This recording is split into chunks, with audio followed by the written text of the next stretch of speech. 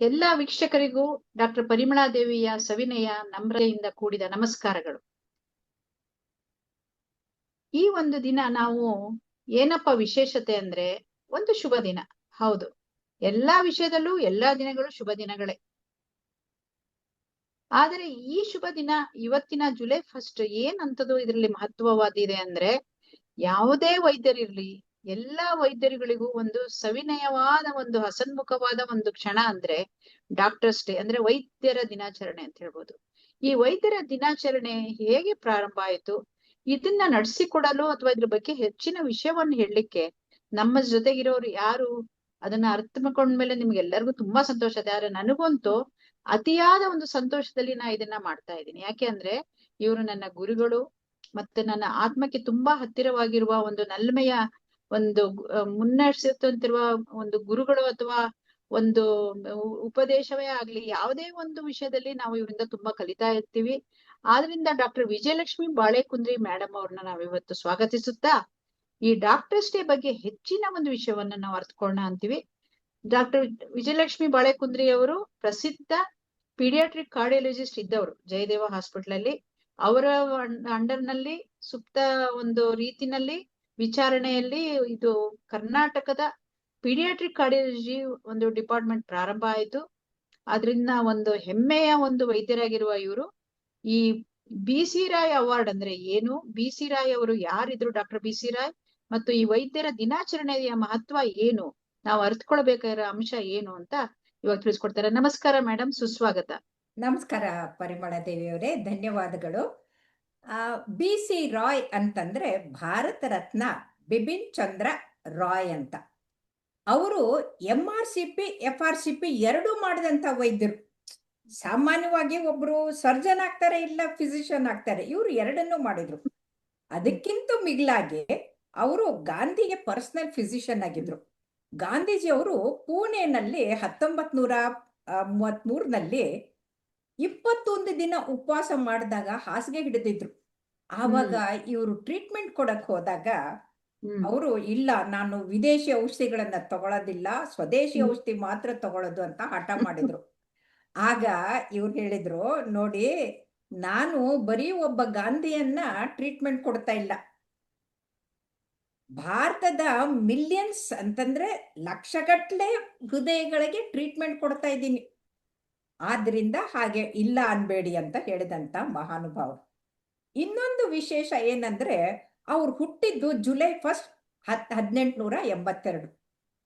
ಸರಿಯಾಗಿ 80 ವರ್ಷ ಮುಗಿದು 80ನೇ ವರ್ಷ ಹುಟ್ಟು ಹಬ್ಬ ಆಚರಿಸ್ಕೊಳ್ತಾ ಇರ್ಬೇಕಾದ್ರೆ ಅದು ಜುಲೈ 1 1962ರಲ್ಲಿ ಅವರು ಸ್ವರ್ಗಸ್ಥರಾದ್ರು. ಅದು ಹೇಗೆ? ಮುಖ್ಯಮಂತ್ರಿಗಳಾಗಿದ್ರು ವೆಸ್ಟ್ ಬೆಂಗಾಲಿದು. 14 ವರ್ಷ ಸುದೀರ್ಘವಾಗಿ ಮುಖ್ಯಮಂತ್ರಿ ಆದಂತವ್ರು ಪೇಷಂಟ್ ನೋಡೋದನ್ನ ಬಿಟ್ಟಿರ್ಲಿಲ್ಲ. ಅವತ್ತು ಕೂಡ ಪೇಷಂಟ್ ನೋಡಿ ಬಂದು ಆಮೇಲೆ ಪ್ರಾಣ ಬಿಟ್ರು. ಅಂದ್ರೆ ಕರ್ಮಯೋಗಿ ಅಂತ, ಕಾಯಕ ಯೋಗಿ ಅಂತ ನಾವು ಹೇಳ್ಬೋದು. ಇಂಥ ಅದ್ಭುತವಾದಂಥ ವ್ಯಕ್ತಿತ್ವ. ಅವರು ಕೇವಲ ಒಬ್ಬ ವೈದ್ಯರಾಗಿ, ಸರ್ಜನ್ ಆಗಿರ್ತೇನೆ, VIP ಗಳಿಗೆ ಟ್ರೀಟ್ಮೆಂಟ್ ಕೊಡೋರಾಗಿರ್ತೇನೆ, ಒಬ್ಬ ನುರಿತ ರಾಜಕಾರಣಿಯಾಗಿ ಉತ್ತಮವಾದಂಥ ಮುಖ್ಯಮಂತ್ರಿ ಆಗಿದ್ರು ಆಗಿನ ಕಾಲದಲ್ಲಿ. ಹಾಗಾಗಿ ಫಿಸಿಷಿಯನ್ ಇದ್ದು ಪಾಲಿಟಿಷಿಯನ್ ಆಗಿರುವಂತ ಮುಖ್ಯಮಂತ್ರಿಯಲ್ಲಿ ಬಹಳ ವಿರಳದಲ್ಲಿ ವಿರಳ. ಹಾಗಾಗಿ ಅವರಿಗೆ ಭಾರತ ರತ್ನವನ್ನ ಕೊಟ್ಟಿದ್ದು ಬಹಳ ಮುಖ್ಯ. ಇನ್ನು ಜುಲೈ 1ಗೆ ನ್ಯಾಷನಲ್ ಡಾಕ್ಟರ್ಸ್ ಡೇ ಅಂತ ನಾವು ಮಾಡ್ತಾ ಇದ್ದೀವಿ. ಅವ್ರ ಹೆಸರಿನಲ್ಲಿ ಪ್ರತಿ ವರ್ಷ ಅವ್ರನ್ನ ನೆನ್ಸ್ಕೊಳ್ತೀವಿ.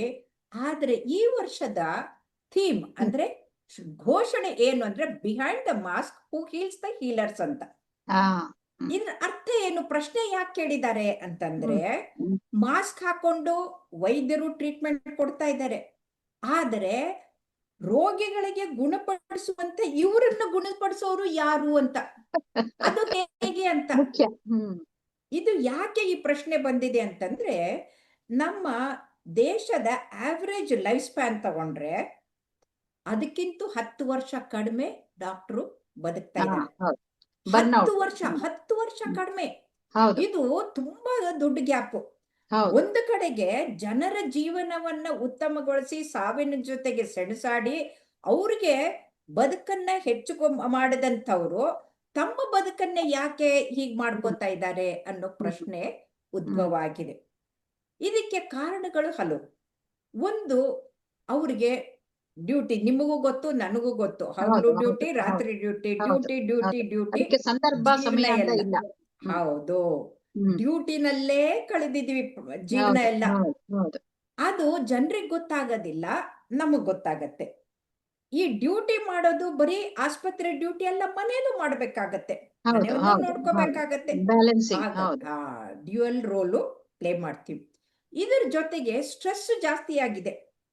ಒಂದು ಕಾಲಕ್ಕೆ ಅಯ್ಯೋ ದೇವ್ರ ಹಾಗೆ ಬಂದ್ಬಿಟ್ಟು ಜೀವ ಉಳಿಸಿದ್ರಿ ಅಂತ ನಮಸ್ಕಾರ ಮಾಡೋ ಕಾಲ ಒಂದಿತ್ತು. ಈಗ ಏನ್ ಮಾಡ್ತಾರೆ, ಸ್ವಲ್ಪ ಹೆಚ್ಚು ಕಡಿಮೆ ಆದ್ರೆ ಲೀಗಲ್ ಲಾಯರ್ಸ್ ಮುಖಾಂತರ ನೋಟಿಸ್ ಕೊಟ್ಟು ಕೇಸ್ ಹಾಕ್ಬಿಡ್ತಾರೆ ಅಲ್ವೇ?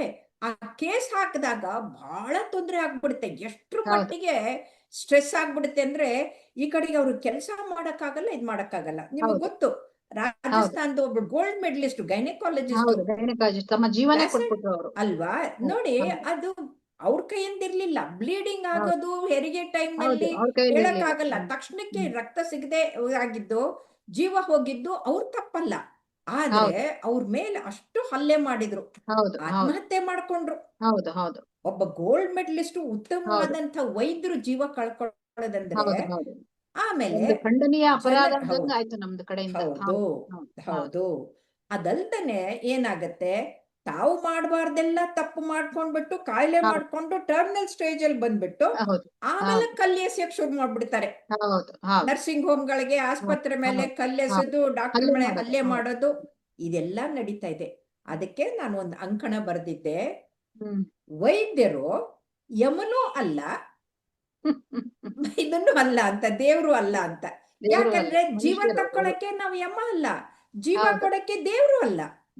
ಏನಿದ್ರು ಕೂಡ ನಿಮ್ಮ ಆರೋಗ್ಯವನ್ನ ಸ್ವಲ್ಪ ಉತ್ತಮಗೊಳಿಸುವಂಥದ್ದು ಬಹಳ ಮುಖ್ಯ. ಹಾಗಾಗಿ ಇತ್ತೀಚಿನ ದಿನದಲ್ಲಿ ವೈದ್ಯರಿಗೆ ಸ್ಟ್ರೆಸ್ ಜಾಸ್ತಿ ಆಗ್ತಾ ಇರೋದ್ರಿಂದ, ಅವ್ರಿಗೆ ನಿದ್ರೆ ಕಡಿಮೆ ಆಗ್ತಾ ಇರೋದ್ರಿಂದ, ಈಗ ಗೊತ್ತಾಗಿದೆ ನಿದ್ರೆ ಕಡಿಮೆ ಮಾಡಿದ್ರು ಕೂಡ ಹಾರ್ಟ್ ಅಟ್ಯಾಕ್ ಆಗತ್ತೆ ಅಂತ. ಅದಲ್ದನೆ ಸುಸ್ತು, ಆಮೇಲೆ ಸ್ಟ್ರೆಸ್ ವಿಪರೀತ. ಈ ಸ್ಟ್ರೆಸ್ ಅನ್ನ ಅವ್ರು ಕಳ್ಕೊಳ್ಳದೆ ಇದ್ರೆ ಆಗೋದಿಲ್ಲ. ಈಗ ನಾನು ಕೂಡ 10 kg ಲೆಡ್ ಕೋಟ್ ಹಾಕೊಂಡು ಬೆಳಿಗ್ಗೆ 9ರಿಂದ ರಾತ್ರಿ 7ವರೆಗೂ ಕ್ಯಾತ್ ಲ್ಯಾಬ್ ಅಲ್ಲಿ ಕೆಲಸ ಮಾಡ್ತಾ ಇದ್ದೆ. ಆದ್ರೆ ನಮ್ಗೆ ಟೀಮ್ ಇರ್ಬೇಕು ಸುತ್ತಲೂ. ನಾನು ಕಂಟಿನ್ಯೂಸ್ಲಿ ಕೇಸಸ್ ಮಾಡ್ತಾ ಇದ್ರೆ ನಮ್ಮ ಮೇಟ್ರನ್ನು ಬಂದು ಮಾಸ್ಕ್ ಅನ್ನ ಇಳಿಸಿ ಕಾಫಿ ಕುಡಿಸಿ ನೋಡ್ಕೊಳ್ತಾ ಇದ್ರು. ಒಂದು ಮಗು ನೋಡ್ಕೊಂಡಂಗೆ, ನಾನು ಮಗು ನೋಡ್ಕೊಂಡ್ರೆ ಅವರು ನನ್ನ ನೋಡ್ಕೊಳ್ಳೋರು. ಅಂದ್ರೆ ಈ ತರ ನಿಮಗೆ ಸಪೋರ್ಟಿಂಗ್ ಸಿಸ್ಟಮ್ ಇರ್ಬೇಕು. ಮನೆಯಲ್ಲೇ ಆಯ್ತು, ಆಸ್ಪತ್ರೆಯಲ್ಲಾಯ್ತು, ಎಲ್ಲಾ ಕಡೆಗೂ ನಿಮಗೆ ಒಂದು ಸಪೋರ್ಟ್ ಅಂತಿದ್ರೆ ನೀವು ನಿಮ್ಮನ್ನ ಸಮಾಜಕ್ಕೆ ತೊಡಗಿಸ್ಕೊಂಡು ಇನ್ನೂ ಉತ್ತಮವಾದಂತ ಸೇವೆಯನ್ನ ಸಲ್ಲಿಸ್ಬೋದು. ಆದ್ರೆ ದುರಂತ ಅಂದ್ರೆ ಏನು, ಸುಮಾರು ಜನ ಡಾಕ್ಟರ್ಗಳೇ ಅವರೇ ಕುಡಿಯೋಕ್ ಶುರು ಮಾಡಿದ್ದಾರೆ, ಅವರೇ ಡ್ರಿಂಕ್ಸ್ ತಗೊಳ್ತಾ ಇದ್ದಾರೆ, ಅವರೇ ಡ್ರಗ್ಸ್ ತಗೊಳ್ತಾ ಇದ್ದಾರೆ. ಸ್ಟ್ರೆಸ್ಗೆ ಅಂತ ಸ್ಲೀಪಿಂಗ್ ಟ್ಯಾಬ್ಲೆಟ್ ಜೊತೆಗೆ ಬೇರೆ ಡ್ರಗ್ಸ್ ತಗೊಳಕ್ ಶುರು ಮಾಡಿದ್ದಾರೆ. ಈ ತರ ತಗೊಳ್ಳೋದ್ರಿಂದ ಅವರಿಗೆ ಸಾವು ಹೆಚ್ಚಾಗ್ತಾ ಇದೆ. ಬರ್ನೌಟ್ ಆಗ್ತಾ ಇದ್ದಾರೆ. ಚಿಕ್ಕ ವಯಸ್ಸಿಗೆ ಬರ್ನೌಟ್ ಆಗ್ತಾ ಇದ್ದಾರೆ. ಹೌದು. ಮತ್ತೆ ಹೆಚ್ಚುತ್ತಿರುವ ಒಂಥರ ಕಾಂಪಿಟೇಟಿವ್ ಇದು, ತುಂಬಾ ಡಾಕ್ಟರ್ಸ್ಗಳು, ತುಂಬಾ ಆಸ್ಪತ್ರೆಗಳು, ಆಮೇಲೆ ಕೆಲವು ಕಲ್ಚರ್ ಆಫ್ ದ ಹಾಸ್ಪಿಟಲ್ಸ್ ಅಲ್ಲಿ ನೀವಿಷ್ಟೇ ನಂಬರ್ಗಳು ಮಾಡ್ಬೇಕು. ಮೊದ್ಲಂದ್ರೆ ಬಂದಿದ್ ಕೆಲಸ ಮಾಡ್ಕೊಂಡು ಅಚ್ಚುಕಟ್ಟಾಗಿ ಹೋಗ್ತಾ ಇರೋ ಒಂದು ಕಾಲ ಇತ್ತು. ಇಷ್ಟೇ ಹಣ ಅಷ್ಟೇ ಹಣ ಅದಿರ್ಲಿಲ್ಲ ಪ್ರೈವೇಟ್ ಅಲ್ಲಿ. ಗೌರ್ಮೆಂಟ್ ಅಲ್ಲಂತೂ ಅತಿ ಫ್ರೀ. ಆದ್ರೆ ಇವಾಗ ನಂಬರ್ ಗೇಮ್ ಅಂತ ಅದೊಂದು ಬೇರೆ ಪ್ರಾರಂಭ ಆಗಿರೋದ್ರಿಂದ ತುಂಬಾ ಜನಕ್ಕೆ ಅದೊಂದು ಪ್ರೆಷರ್ ಅಥವಾ ಬರ್ನ್ಔಟ್ ಆಗ್ತಿದೆ ಅಂತ ಹೇಳ್ಬೋದು. ಇದು ಕಾರ್ಪೊರೇಟ್ ಕಲ್ಚರ್ ಬಂದ್ಬಿಟ್ಟಿದೆ. ಪಾಶ್ಚಾತ್ಯರ ಕಲ್ಚರ್ ನಮ್ಮಲ್ಲಿ ಬಂದಿದೆ. ನಾವು ವೈದ್ಯನಾಥೇಶ್ವರ ಅಂತ ಜ್ಯೋತಿರ್ಲಿಂಗ ಶಿವನನ್ನ ಪ್ರಾರ್ಥನೆ ಶಿವ ಮೊದಲು, ಅದ ನಂತರ ಅಶ್ವಿನಿ ಕುಮಾರರು, ಅದ ನಂತರ ಧನ್ವಂತರಿ, ಅದ ನಂತರ ಆಯುರ್ವೇದ, ಪತಂಜಲಿ, ಯೋಗ ಅದೆಲ್ಲ ಬಂತು. ಆದ್ರೆ ಆವಾಗ ಎಲ್ಲ ಫ್ರೀ ಇತ್ತು, ಯಾರು ದುಡ್ಡನ್ನ ತಗೊಳ್ತಾ ಇರಲಿಲ್ಲ. ಯಾರೋ ಏನೇ ತಂದು ಕೊಟ್ರೆ ಅಷ್ಟಕ್ಕೆ ಅದನ್ನು ತಗೊಳ್ತಾ ಇರ್ಲಿಲ್ಲ.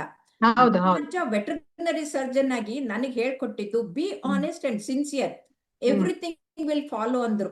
ಅಂದ್ರೆ ನಾವ್ ಯಾವಾಗ ಸಿನ್ಸಿಯರ್ ಆಗಿ ಆನೆಸ್ಟ್ ಆಗಿ ಇನ್ನೊಬ್ಬರ ಹಣ ಮುಟ್ಟದೆ ಮಾಡ್ತೀವಲ್ಲ, ಹೌದು ಅದು ಹೌದು ನಮ್ಗೆ ಸಾರ್ಥಕ ಜೀವನವನ್ನ ಹೌದು ಹೌದು ಸಂತೃಪ್ತಿಯನ್ನ ಹೌದು ಕೊಡುತ್ತೆ. ಹೌದು ಆವಾಗ ಈ ಸ್ಟ್ರೆಸ್ ಆಗೋದಿಲ್ಲ. ಹ್ಮ್ ಇಲ್ಲಂತಂದ್ರೆ ಏನಾಗತ್ತೆ, ವಿಪರೀತ ಸ್ಟ್ರೆಸ್ ಆಗತ್ತೆ. ಅವ್ರು ದುಡ್ಡು ಕೊಟ್ಟಿಲ್ವೇನೋ ಅಂತ ಅವ್ರು ಹೌದು ಹಾರಾಡ್ತಾರೆ.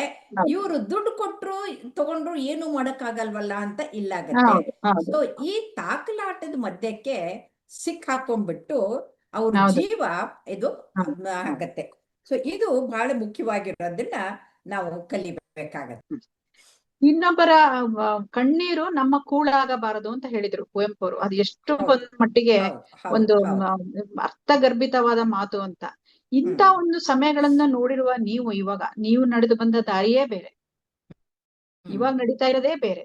ಒಂದು ಸಮಾಜದ ಚಿಂತಕರಾಗಿ ನೀವು ನಿಮ್ಮ ವೈಯಕ್ತಿಕ ಒಂದು ಇದನ್ನ ಹೇಗೆ ಇಷ್ಟೆಲ್ಲ ಅವಾರ್ಡ್ಸ್, ನೀವು ರಾಜ್ಯೋತ್ಸವ ಅವಾರ್ಡ್ ತಗೊಂಡವರು, ಮತ್ತೆ ಎಷ್ಟೋ ಹಲವಾರು ಒಂದು ಇಂಟರ್ನ್ಯಾಷನಲ್ ಕಾನ್ಫರೆನ್ಸ್ ಗಳಲ್ಲಿ ನಿಮ್ಮನ್ನೇ ನೀವು ಪ್ರೆಸೆಂಟ್ ಮಾಡ್ಕೊಂಡಿರೋರು, ಆಮೇಲೆ ಕೆಲವು ಟೆಕ್ಸ್ಟ್ ಬುಕ್ ಅಲ್ಲಿ step by step in echo in congenital heart disease ಅಂತಂದು ಅದನ್ನ ಹೊರತಂದಿದ್ದು ನೀವೇ. ಅವಾಗ ಇನ್ನೂ 4 ಟೆಕ್ಸ್ಟ್ ಪುಸ್ತಕಗಳನ್ನ ಪುಸ್ತಕಗಳನ್ನ ಬರೆದಿದ್ದೀನಿ. ತಂದಿರೋರು ನೀವು. ಹ್ಮ್ ಆಮೇಲೆ ಹ್ಮ್ ಅಕ್ಯೂಟ್ ರುಮ್ಯಾಟಿಕ್ ಫೀವರ್ ನಲ್ಲಿ ವಿಜಯಾಸ್ ಇಕೋ ಕ್ರೈಟೀರಿಯಾ, ಕ್ರೈಟೀರಿಯಾ ಅದನ್ನ ಅಂತ ಕೆಲವರು ಕೊಟ್ಟಿದ್ದೀನಿ. ಕಾರ್ಡಿಯಾಲಜಿ ಹೌದು. ಸ್ಟೂಡೆಂಟ್ಸ್ ಗಳು ಅದ್ರ ಬಗ್ಗೆ ಹೇಳೋದನ್ನ ಕೇಳಿಸ್ಕೊಂಡಿದೀನಿ. ತಮ್ಮ ಹ್ಮ್ ಒಂದು ವೃತ್ತಿ ಜೀವನದ ಬಗ್ಗೆ ಕೆಲವು ಮಾತುಗಳು, ಮತ್ತೆ ನಮ್ಮ ಇಂದಿನ ವೈದ್ಯರಿಗೆ ಒಂದು ಹ್ಮ್ ಹಿತಚಿಂತಕವಾದ ಕೆಲವು ಮಾತುಗಳನ್ನ ಹೇಳ ಬಯಸ್ತೀವಿ ಮೇಡಮ್. ಈಗ ಹೇಳ್ಬೇಕು ಅಂತಂದ್ರೆ 5 ಬಹಳ ಮುಖ್ಯ. ಮೊದಲು ಮಾತಾಡೋದನ್ನ ಕಲಿಬೇಕು. ಕಮ್ಯುನಿಕೇಶನ್. ಅವ್ರು ಹೇಳ್ತಾ ಇರೋದನ್ನ ಕೇಳಿಸ್ಕೊಳ್ಳುವಂತ ವ್ಯವಧಾನ ಇರ್ಬೇಕು. ಯಾಕಂದ್ರೆ ಅವ್ರ ನೋವಿನಲ್ಲಿ ಬಂದಿರ್ತಾರೆ. ಆವಾಗ ರೇಗ್ ಬಿಟ್ರೆ ನೀವು ಆಗಲ್ಲ. ಹೌದು ನೀವು ಮಾತಿನಿಂದ ಅವರ ಕಷ್ಟವನ್ನ ಅರ್ಧ ಕಡಿಮೆ ಮಾಡುವಂತವ್ರು ಆದ್ರೆ ಅತ್ಯಂತ ಜನಪ್ರಿಯರಾಗ್ತೀರಿ. ಹೌದು ಇದು ಮೊದಲು. ಹೌದು ನಿಮ್ಮ ಧ್ವನಿ, ನಿಮ್ಮ ಮಾತು ಹೇಗಿರ್ತೀರಿ. ನನ್ ಎಷ್ಟೋ ಜನ ನೆನ್ಸ್ಕೊಳ್ತಿದ್ದಾರೆ, ಓ ನೀವ್ ಅದ್ ಹೇಳಿದ್ರಿ ಇದ್ ಹೇಳಿದ್ರಿ ಅಂತ. ನನಗೆ ಆಶ್ಚರ್ಯ ಆಗತ್ತೆ, ಬಹಳ ನೆನ್ಸ್ಕೊಳ್ತಾರೆ. ಎರಡನೇದು, ಕರೆಕ್ಟ್ ಡಯಾಗ್ನೋಸಿಸ್ ಮಾಡಿ ಪರ್ಫೆಕ್ಟ್ ಟ್ರೀಟ್ಮೆಂಟ್ ಕೊಡಬೇಕು. ಹ್ಮ್ ಆವಾಗ ಅಯ್ಯೋ ಎಷ್ಟು ಬೇಗನೆ ಗುಣವಾಗೋಯ್ತು, ಡಾಕ್ಟರ್ ಹೌದು ಕೈಗುಣ ಚೆನ್ನಾಗಿದೆ ಸಂತೋಷ. ಅಂತ ಹೊಗಳ್ತಾರೆ, ಕೈಗುಣ ಹೌದು ಚೆನ್ನಾಗಿದೆ ಅಂತ ಹೊಗಳ್ತಾರೆ. ಮೂರನೇದು, ಅಪ್ಗ್ರೇಡ್ ಮಾಡ್ಕೋಬೇಕು. ಯಾವಾಗ್ಲೂ ನಿಮ್ಮನ್ನ ನೀವು ಅಪ್ಗ್ರೇಡ್ ಮಾಡ್ಕೋಬೇಕು. ಹೌದು ಡಾಕ್ಟರ್ಗಳಿಗೆ ಕಲಿಯೋದು ಮುಗಿಯೋದಿಲ್ಲ, ಮುಗಿಯೋದೇ ಇಲ್ಲ. ಸಾಯೋವರೆಗೂ ಕಲಿತಾ ಇರ್ತೀವಿ. ಹೊಸ ಹೌದು ಹೊಸದು ಬರ್ತಾ ಇರುತ್ತೆ, ಅದನ್ನ ಹೌದು ಕಲಿಬೇಕು. ಆ ಅಪ್ಗ್ರೇಡ್ ಮಾಡ್ಕೊಂಡಾಗ ನೀವು ಮುಂಚೂಣಿಯಲ್ಲಿರ್ತೀರಿ. ನಾಲ್ಕನೇದು, ನೀವು ಮಾಡಿರೋ ಕೆಲ್ಸನ್ನ ಅದನ್ನ ಮೆಥಾಡಿಕಲಿ ಬರೆದು ಪಬ್ಲಿಷ್ ಮಾಡಕ್ ಕಲಿಬೇಕು. ಯಾಕಂತಂದ್ರೆ ಈ ಪಬ್ಲಿಷ್ ಮಾಡಿದಾಗ ಏನಾಗುತ್ತೆ, ಆಲ್ ಓವರ್ ದ ವರ್ಲ್ಡ್ ಎಲ್ರೂ ಓದ್ತಾರೆ ಅದನ್ನ. ಹೌದು ಹೌದು 2013ರಲ್ಲಿ ಟಾಪ್ 20 ಪಬ್ಲಿಕೇಶನ್ ನಲ್ಲಿ ನಂದು 2 ಇತ್ತು. ಒಂದು ಟಾಪಿಂಗ್ ದ ಲಿಸ್ಟ್, ಇನ್ನೊಂದು 13ನೇದು. ಅಷ್ಟೇ ಅಲ್ಲ, ಈಗ ತಾನೇ ನೋಡಿದ್ರೆ ಈ ಸೈಟೇಷನ್ ಅಂತಿರುತ್ತೆ ನಾವು ಪಬ್ಲಿಷ್ ಮಾಡಿದ್ದು, ಅದರಲ್ಲಿ ನಂದು 3844 ಸೈಟೇಷನ್ಸ್ ಆಗಿದೆ all over the world, like a record. ಅಂದ್ರೆ ಅಷ್ಟು ಜನ ನಾವು ಪಬ್ಲಿಷ್ ಮಾಡಿದ್ದನ್ನ ಓದಿ ತಾವು ಕೂಡ ಮಾಡಕ್ಕೆ ಹೋಗ್ತಾ ಇದ್ದಾರೆ ಅಂತ. ಇದು ಆದರ್ಶವಾದ ಒಂದು ಅದು ಅಪ್ಗ್ರೇಡ್ ಆದಂಗೆ. 5ನೇದು ಬಹಳ ಮುಖ್ಯ. ಏನು ಅಂತಂದ್ರೆ, ನಿಮ್ಮ ವಿದ್ಯೆ ನಿಮ್ಮ ಹತ್ರ ಇದ್ರೆ ಸಾಲದು, ನಿಮ್ಮ ಹತ್ರ ಬಂದಿದ್ದ ರೋಗಿ ಕೊಟ್ರೆ ಅಷ್ಟೇ ಸಾಲದು, ನೀವು ಇತರರಿಗೂ ಹೇಳ್ಕೊಡ್ಬೇಕು. ನಮ್ಮ ಆಹಾರ ಆರೋಗ್ಯ ಅಧ್ಯಾತ್ಮದ ಯೂಟ್ಯೂಬ್ ಕೂಡ ಅದನ್ನೇ ಮಾಡ್ತಾ ಇರೋದು. ಯಾಕಂತಂದ್ರೆ ಒಂದು ಲೇಖನಿ ಮುಖಾಂತರ ನೀವು ಬರಿಬೇಕು. ನಾನು ಅಂಕಣಗಳನ್ನ ಬೇಕಾದಷ್ಟು ಬರೆದಿದ್ದೀನಿ. ಜೀವನ ಸಂಜೀವಿನಿ ಅಂತ ಒಂದು ಪುಸ್ತಕವನ್ನ, ಕೈಪಿಡಿಯನ್ನ ಬರೆದಿದ್ದೀನಿ. ಯಾಕೆಂತಂದ್ರೆ ಜನಸಾಮಾನ್ಯರು ಅದನ್ನ ಓದಿ ತಿಳ್ಕೊಳ್ತಾರೆ, ಇಂಟರ್ವ್ಯೂಗಳನ್ನ ನೋಡಿ ಕಲಿತಾರೆ. ಸೊ ಜನಸಾಮಾನ್ಯರಲ್ಲಿ ಆರೋಗ್ಯದ ಲಕ್ಷಣವನ್ನ ಬೆಳೆಸೋದು ಬಹಳ ಮುಖ್ಯ. ಹಾಗೆ ನಮ್ಮನ್ನ ನಾವು ರಕ್ಷಿಸೋದು ಬಹಳ ಮುಖ್ಯ. ಹಾಗಾಗಿ ಪ್ರತಿನಿತ್ಯ ಯೋಗ, ಧ್ಯಾನ, ಸೂರ್ಯ ನಮಸ್ಕಾರ ಇದನ್ನ ಮಾಡ್ತಾ ಇದ್ರೆ ನಮ್ಮ ಆರೋಗ್ಯ, ಸಮಾಜದ ಆರೋಗ್ಯ ಚೆನ್ನಾಗಿರುತ್ತೆ ಅಂತ ನಾವು ಹೇಳ್ಬೋದು. ನಮಸ್ಕಾರ ಮೇಡಮ್. ಇಷ್ಟು ವಸಂತಗಳನ್ನ ಕಂಡು, ಎಷ್ಟೋ ವಸಂತಗಳಲ್ಲಿ ಎಷ್ಟೋ ಸಾಧನೆಯನ್ನ ಮಾಡಿರುವ ನೀವು ಇವತ್ತು ನಮ್ಮೊಂದಿಗೆ ನಿಮ್ಮ ಕೆಲವು ಹಿತ ನುಡಿಗಳನ್ನು ಹಂಚಿಕೊಂಡಿದ್ದೀರಾ. ನಿಮ್ಮ ಬಗ್ಗೆ ಹೇಳಲಿಕ್ಕೆ ನಮ್ಮ ಹತ್ರ, ನಮ್ಗೆ ಆಕ್ಚುಲಿ ಒಂದು ದಿವಸನೂ ಸಾಲದು ಅನ್ನಷ್ಟು ಸಾಧನೆಗಳು ನಿಮ್ಮ ಹತ್ರ ಇದೆ. ನೀವು ಅತೀ ಒಂದು ಎಲ್ಲರೂ ಪ್ರಿಯವಾದ ಒಂದು ಗುರುಗಳಾಗಿದ್ರಿ ನೀವು ಮೆಡಿಕಲ್ ಕಾಲೇಜಲ್ಲಿ. ಯಾಕೆ ನಾನು ಸ್ವತಃ ನಿಮ್ಮ ಸ್ಟೂಡೆಂಟ್ ಇದ್ದೆ. ನಂತರ ನೀವು ನಿಮ್ಮ ಜೀವನದಲ್ಲಿ ಎಷ್ಟೋ ಸಾಧನೆಗಳನ್ನು ಮಾಡಿದೀರಾ. ಈಗ ಮತ್ತೆ ಆಹಾರ, ಆರೋಗ್ಯ, ಆಧ್ಯಾತ್ಮ ಅಂತ ಇಷ್ಟು ಒಂದು ಪ್ರಚಲಿತವಾದ ಒಂದು ಚಾನೆಲ್ ನಲ್ಲಿ ಸಾಕಷ್ಟು ವಿಷಯಗಳನ್ನ ದಿನಾನು ಬಿತ್ತರಿಸ್ತಾ ಇರ್ತೀರಾ. ಮತ್ತು ಹಲವಾರು ಸಂಘ ಸಂಸ್ಥೆಗಳಿಗೆ ಹೋಗಿ ತಮ್ಮ ಒಂದು ಪ್ರವಚನವನ್ನು ಕೊಡ್ತೀರಾ. ಅದು ಸ್ಪಿರಿಚುವಲ್ ಇರ್ಬೋದು, ಅಕಾಡೆಮಿಕ್ ಇರ್ಬೋದು. ಇಂಥ ಒಬ್ರು ವೈದ್ಯರನ್ನ ನಾವು ಇವತ್ತು ನಾವು ಏನಂದ್ರೆ ಸಂದರ್ಶನ ಮಾಡಿದೀವಿ.